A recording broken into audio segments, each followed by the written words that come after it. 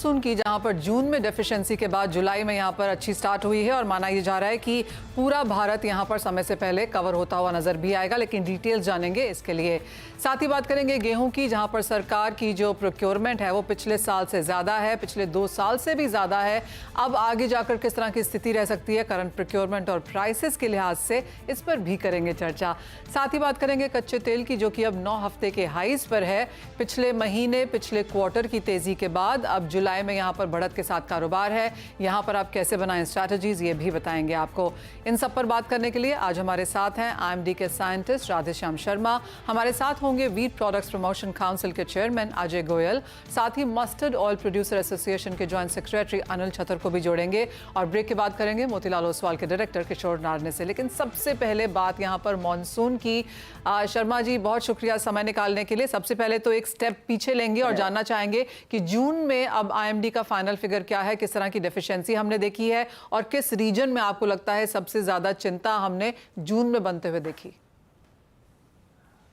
बिल्कुल, देखिए, खासकर यदि पश्चिमी इंडिया की बात करें, राजस्थान में, तो जून महीने में मानसून राजस्थान में सही समय पर यानी तय समय पर प्रवेश हुआ था और प्रवेश होने के बाद जो है वो पूर्वी राजस्थान में काफी अच्छी बारिश के स्पेल्स भी देखने को मिले हैं। और यदि आंकड़ा वाइज देखें कि जो जून एंड के दौरान तो पूरे राजस्थान में जो है वो नॉर्मल से केवल 6% कम बारिश रिपोर्ट हुई है, यानी पूरे राजस्थान में जून के महीने में 54 mm रेनफॉल हुआ है अगेंस्ट 58 mm नॉर्मल रेनफॉल। और यदि डिस्ट्रीब्यूशन वाइज देखें तो जो पूर्वी राजस्थान है इसमें नॉर्मल रेन हो गया है, यानी कि अच्छी बारिश हुई है। पश्चिमी राजस्थान में जरूर जो है वो सामान्य से 21% कम बारिश है, यानी पश्चिमी राजस्थान में जो एक्सट्रीम वेस्ट राजस्थान का इलाका है, खासकर जो पाकिस्तान बॉर्डर के सीमावर्ती क्षेत्र है, वहाँ पे अभी अच्छी बरसात का इंतजार है। और मानसून भी, एक अच्छी बात यह है कि आज जो है वो पूरे भारत को यूं कह सकते हैं कि मानसून ने कवर कर लिया है। राजस्थान के जो वेस्ट राजस्थान के इलाके बचे हुए थे वहां पर भी मानसून अब पहुंच गया है। तो पिछले 24 घंटों में नॉर्थ वेस्ट राजस्थान के कुछ इलाकों में बारिश भी आई है, हनुमानगढ़, गंगानगर और चूरू के इलाकों में। तो कम से कम ये एक अच्छी खबर है कि पिछले 10-15 दिन से मानसून के आने के बाद से ही रेन एक्टिविटी कंटिन्यू है। केवल जो सीमावर्ती क्षेत्रों को छोड़ दें तो ज्यादातर इलाकों में अच्छी बारिश अब तक रिपोर्ट हो गई है और आने वाले 1 वीक 10 दिन भी देखेंगे तो एक अच्छे मानसून के संकेत हैं राजस्थान में कि पूर्वी राजस्थान में रेन एक्टिविटी अगले 1 सप्ताह तक कंटिन्यू रहेगी काफी इलाकों में। बट पश्चिमी राजस्थान के 50% एरियाज में जो है वो लाइट मॉडरेट रेन एक्टिविटी हो रहेगी। तो कुल मिलाकर अभी एक एक्टिव मानसून के लिए कंडीशन फेवरेबल है। मिस्टर शर्मा, आप कहेंगे कि जैसे आपने राजस्थान के बारे में भी तो बताया और आपने कहा कि पूरा इंडिया अब यहाँ पर कवर हो चुका है, ये मान के चले कि monsoon onset as of now overall across India है। बिल्कुल बिल्कुल, आज अभी एक प्रेस रिलीज जारी होने वाली है, तो इसके हिसाब से जो है वो मानसून कवर हो जाएगा। अभी आने वाला ऑफिशियल स्टेटमेंट आने वाला है, तो इसके लिए थोड़ा अभी और इंतजार करना पड़ेगा। बट ओवरऑल जो है वो बहुत कम ही हिस्सा बचा हुआ था हमारा, तो मैक्सिमम एरिया जो है वो भी कवर हो जाएगा और आने वाले दिनों में भी रेन एक्टिविटी जो है वो मोर और लेस अच्छे कंडीशन में उम्मीद कर रहे हैं। जी, मिस्टर शर्मा, एज IMD जून के महीने में ऑल ओवर इंडिया के लिहाज से आप किस नंबर के साथ काम कर रहे हैं? पूरे जून के महीने में देखें तो जहाँ तक मुझे इंफॉर्मेशन है, औसत से 10% कम बारिश होना चाहिए। बट जो मैंने अभी जो आपको आंकड़ा बताया है वो राजस्थान के लिए है, तो नियर अबाउट 10% सामान्य से कम बारिश का पूर्वानुमान ऑब्जर्वेशन। जी, साथ ही मिस्टर शर्मा, अगर अक्रॉस इंडिया की बात करें तो आई अंडरस्टैंड कि जो जुलाई का आंकड़ा है IMD ने 106% के लिहाज से यहाँ पर बारिश बताई है। काफ़ी सारे इसके लिए रीजंस भी हैं, चाहे फिर वो लानीना का आना है या फिर मॉनसून का प्रोग्रेस है। अक्रॉस इंडिया जुलाई के महीने से क्या हम एक बेहतर एक्सपेक्टेशन कर सकते हैं बारिश के लिहाज से? हाँ बिल्कुल, कल ही मौसम विभाग दिल्ली जो हमारा मुख्यालय है वहाँ से ये जुलाई महीने के लिए पूर्वानुमान जारी किया है। तो इसमें जो अच्छे मानसून के लिए कंडीशंस होनी चाहिए, तो इस बार जुलाई के लिए कंडीशंस फेवरेबल है और ज्यादातर एरियाज जो हैं वो इसमें बताए गए हैं कि अच्छी बारिश होगी। सामान्य से ओवरऑल देखे जाए पूरे भारत में तो 106% जो है वो सामान्य यानी सामान्य से 6% ज्यादा बारिश होने के चांसेस है। तो ऐसे में उम्मीद है कि ज्यादातर एरियाज ऐसे रहेंगे जहां पर सामान्य या सामान्य से ऊपर रेन होगी। तो एक कुल मिलाकर अच्छे मानसून के लिए जुलाई का जो महीना है वो फेवरेबल है। अगर हम एरियाज की बात करें मिस्टर शर्मा, तो जैसे आपने पहले भी कहा कि ऑफ कोर्स राजस्थान में कुछ हिस्सों में यहाँ पर बारिश ठीक ठाक नहीं हुई है। अगर हम सारे रीजन्स को यहाँ पर ले तो साउथ इंडिया में +14 है, लेकिन जहाँ तक नॉर्थ ईस्ट की बात है, सेंट्रल इंडिया है, नॉर्थ वेस्ट है, यहाँ पर एक डेफिशिएंसी ही देखने को मिली है। आप कहेंगे जुलाई में काफ़ी हद तक ये सारी डेफिशिएंसीज हम पूरी हटते हुए देखेंगे? हाँ, वही है कि जुलाई में अच्छे बारिश के जो इंडिकेशन है, तो इससे जहाँ पे कमी है उनमें भी कुछ रिकवर होगा काफी हद तक। और जहाँ पे बारिश ऑलरेडी हो चुकी है उन क्षेत्रों में भी बारिश के दौर जारी रहेंगे। तो ऐसे में यूं कह सकते हैं कि जहाँ पे डेफिशिएंसी है वो तो रिकवर होगा ही, साथ ही साथ जो खरीफ की फसलों को जो पानी चाहिएगा उसकी भी उपलब्धता मिलेगी। और दूसरा एक इंडिकेशन ये भी है कि जो मानसून का जो लेटर फेज है यानी अगस्त और सितंबर, तो अच्छे मानसून के लिए कंडीशंस फेवरेबल होनी चाहिए, खासकर जो प्रशांत महासागर और हिंद महासागर में जो समुद्र के पानी की परिस्थितियां हैं। तो कुल मिलाकर जो मानसून के पिछले 2 महीने हैं उनमें भी अच्छी बारिश होने के लिए कंडीशंस जो है वो है फेवरेबल। तो ऐसे में उम्मीद कर सकते हैं कि इस बार ज्यादातर एरियाज में अच्छी रेन होनी चाहिए।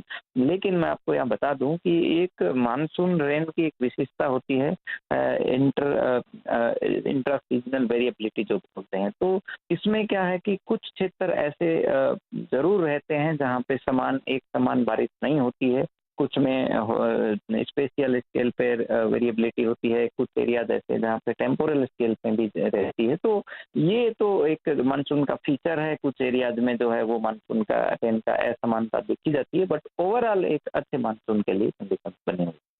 ऑल राइट, बहुत बहुत शुक्रिया मिस्टर शर्मा हमारे लिए समय निकालने के लिए। तो क्लियरली जून की जो बारिश है वो 10% बिलो नॉर्मल हुई है, लेकिन अगस्त की रादर जुलाई की बारिश 6% अबव नॉर्मल होने की यहाँ पर एक्सपेक्टेशन है। और जैसे आईएमडी से हमें अभी सुनने को मिला है कि जहाँ तक अगस्त और सितंबर की बात है यहाँ पर भी कंडीशंस काफ़ी फेवरेबल हैं, अच्छी खासी बारिश होने की उम्मीद है और खरीफ बुआई को लेकर एज ऑफ नाउ कोई चिंता यहाँ पर नजर नहीं आती।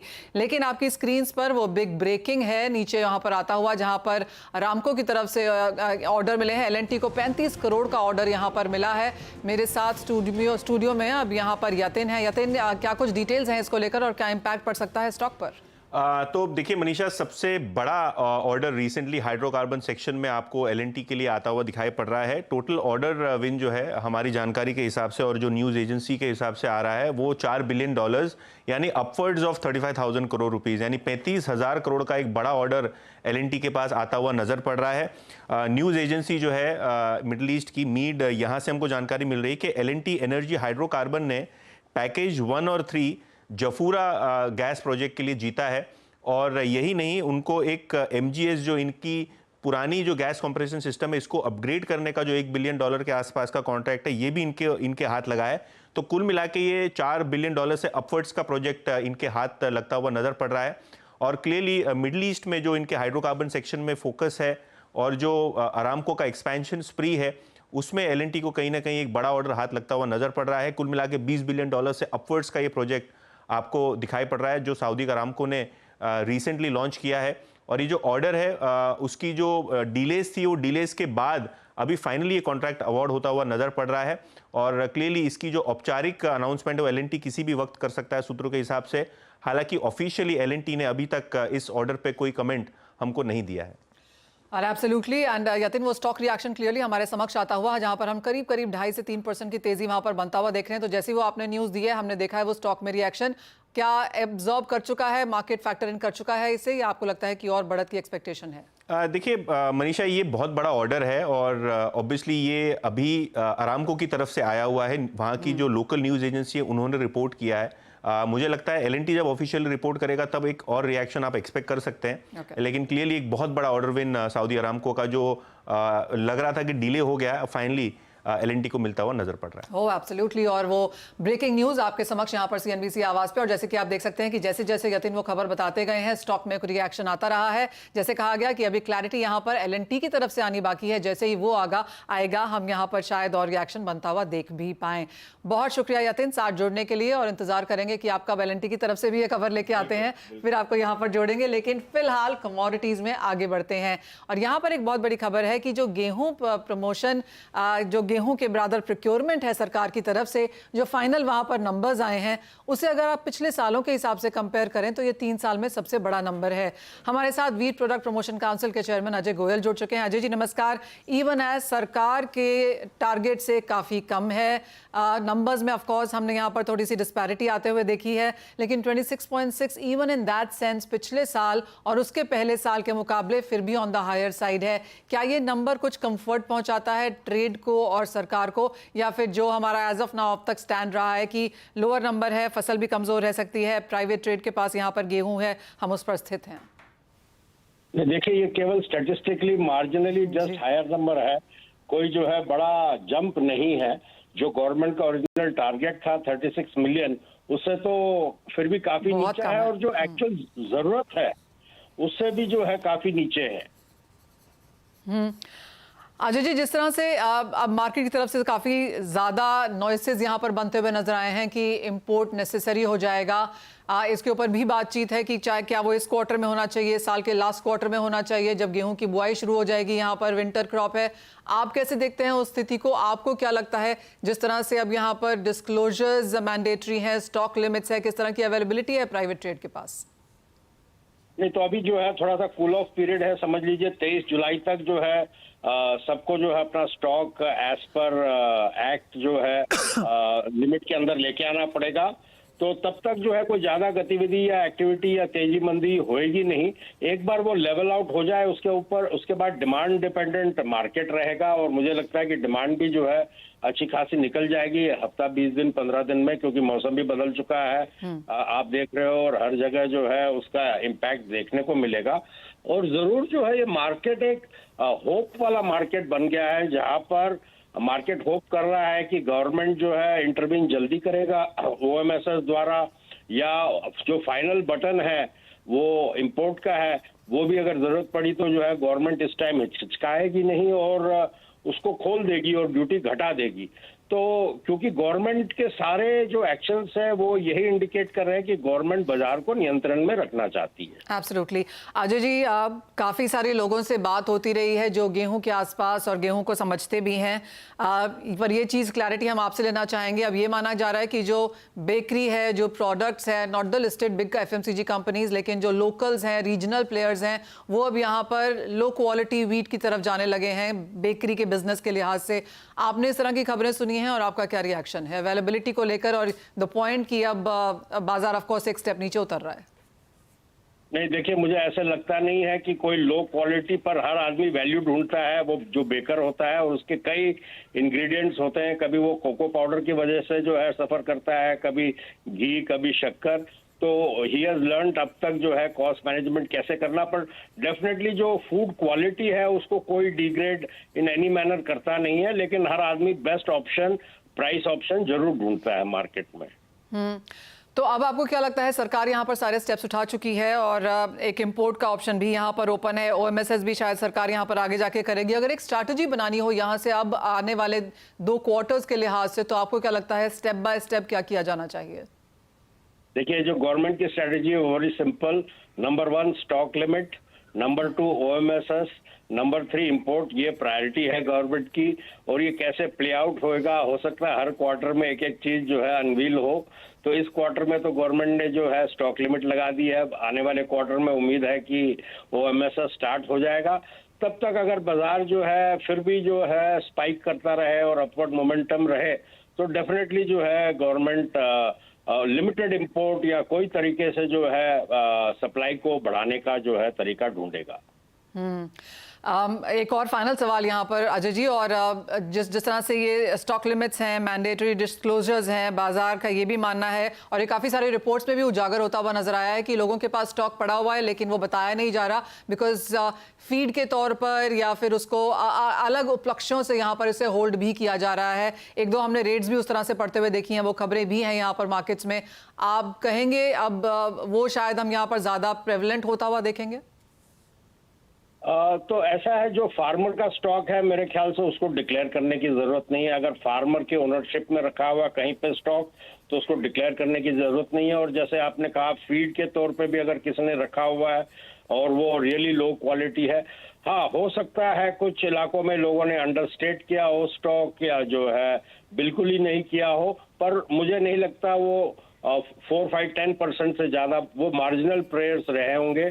नॉन कॉर्पोरेट या जो नॉन ऑर्गेनाइज प्लेयर्स में कुछ लोगों ने ऐसी हिम्मत की होगी, वो जो है धीरे धीरे जो है बाजार में आ जाएगा, सरकार उनको छोड़ेगी नहीं, मेरा ये मानना है। Alright Ajay ji, as always बहुत शुक्रिया साथ जुड़ने के लिए, तमाम मुद्दों पर बात भी करने के लिए। तो जैसे उन्होंने कहा कि शायद क्वार्टर ऑन क्वार्टर सरकार यहाँ पर नई चीज़ें लेके आ सकती है। इस क्वार्टर ऑलरेडी हमने यहाँ पर अदर लास्ट क्वार्टर में हमने स्टॉक लिमिट लगता हुआ देखा था। ये जो जुलाई अगस्त सितंबर क्वार्टर है OMSS की तरफ यहाँ पर सरकार की नज़र रहेगी और अगले क्वार्टर में शायद हम इम्पोर्ट भी यहाँ पर आता हुआ देखें। और जहाँ तक जो अंडर स्टेटेड स्टॉक्स हैं, सरकार का रवैया वहाँ पर काफ़ी हार्श हो चुका है, वो भी एक चीज़ है जो हम आने वाले समय में शायद और आता हुआ देखेंगे। लेकिन इसी के साथ फिलहाल एक ब्रेक का समय है, जब लौटेंगे तो हमारे साथ होंगे mustard oil producer association.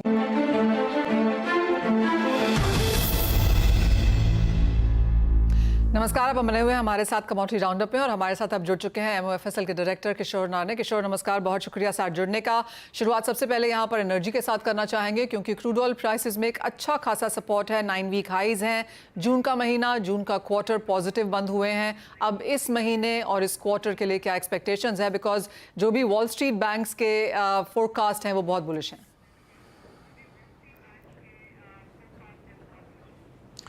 Good morning Manisha. I think यहाँ पे दो चीज़ें फ़िलहाल के लिए अभी भी सपोर्ट कर रहे हैं। One is that probably US inventories decline होने का उम्मीद है, plus driving season specially northern hemisphere का ड्राइविंग सीज़न काफ़ी हद तक शुरू हो चुका है और इंक्रीमेंटली डिमांड ग्रोथ एक्सपेक्टेड है वहाँ से।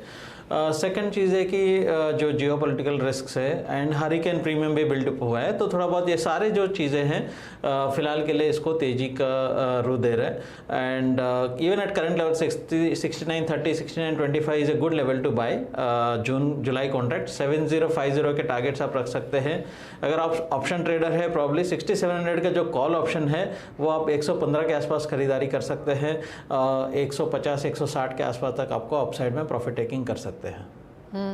साथ ही साथ किशोर यहाँ पर मेटल्स को लेकर अब क्या व्यू है, बिकॉज जून का महीना ऑन द नेगेटिव साइड था, जुलाई की शुरुआत यहाँ पर slightly on the positive side हुई है, लेकिन बाजार इस हफ्ते काफ़ी सारे डेटा का इंतजार कर रहा है। आज पॉवेल की स्पीच है, कल FOMC मीटिंग मिनट्स हैं, फ्राइडे को US non farm payroll data है, डॉलर में हल्की सी गिरावट है जिसका शायद फ़ायदा हमने यहाँ पर मेटल्स में आता हुआ देखा। लेकिन जहाँ तक इंडिविजुअल फंडामेंटल्स की बात है या फिर मैक्रो है, आपका ध्यान किस तरफ है?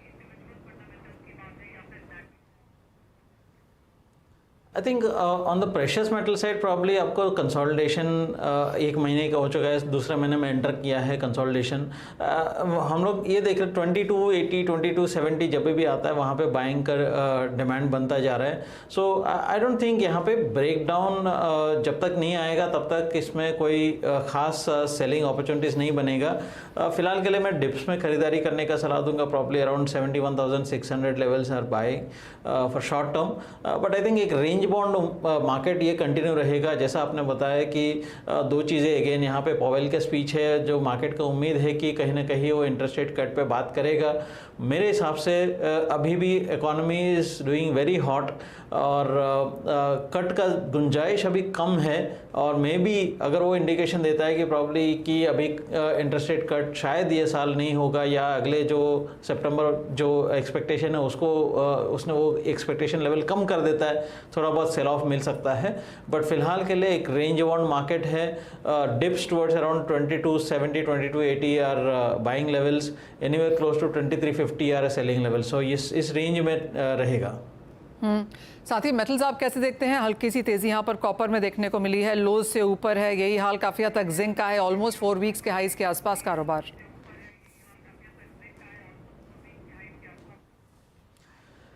मेटल्स में अगेन यहाँ पे fundamentally Chinese demand is a concern.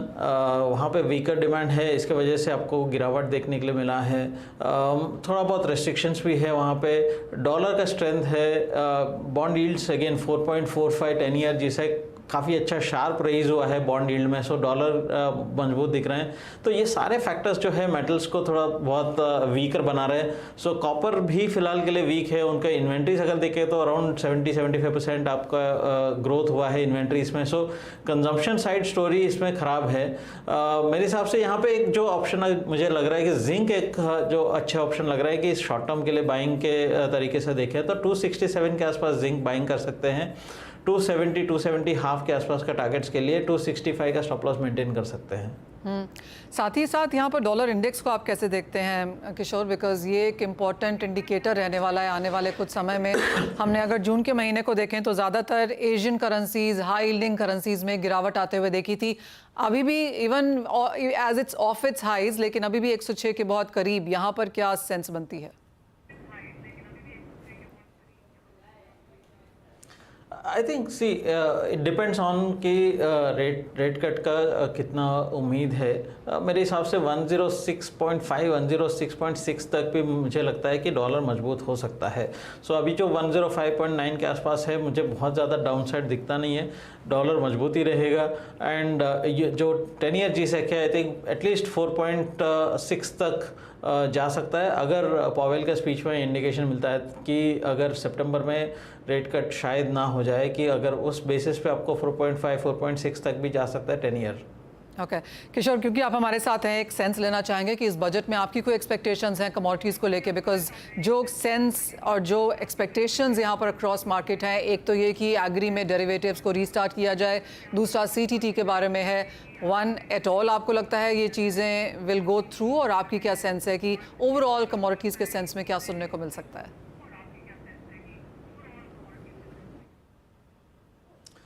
मुझे नहीं लगता है गवर्नमेंट CTT के बारे में सोचेगा, बट एग्रीकल्चरल डेरिवेटिव्स एक छोटा सा कंपोनेंट है वो ओवरऑल एग्रीकल्चरल पॉलिसी में। आई थिंक हम काफ़ी टाइम से एक्सपेक्ट कर रहे थे गवर्नमेंट को एक comprehensive agricultural policy, comprehensive commodity एक पॉलिसी बनाना चाहिए कि सो दैट कि पॉलिसी सर्टेनिटी एक आ जाए मार्केट में शायद, एंड उसके बेसिस पे आप प्राइस कंट्रोल करो या MSP का सपोर्ट दे दो या whatever. It has to be consolidated policy rather than अभी क्या है बिट्स एंड पीसेस में अप्रोच चल रहा है। इस बजट से मुझे ज़्यादा उम्मीद नहीं है। थोड़ा बहुत ड्यूटी इधर उधर हो सकता है, बट एंड देन थोड़ा बहुत जो वीट का जो wheat and oil seed related थोड़ा इशूज आ सकता है, बट आई थिंक मुझे कोई मेजर उम्मीद नहीं है बजट से। गोल्ड सिल्वर इंपोर्ट ड्यूटी पे कट भी नहीं आएगा?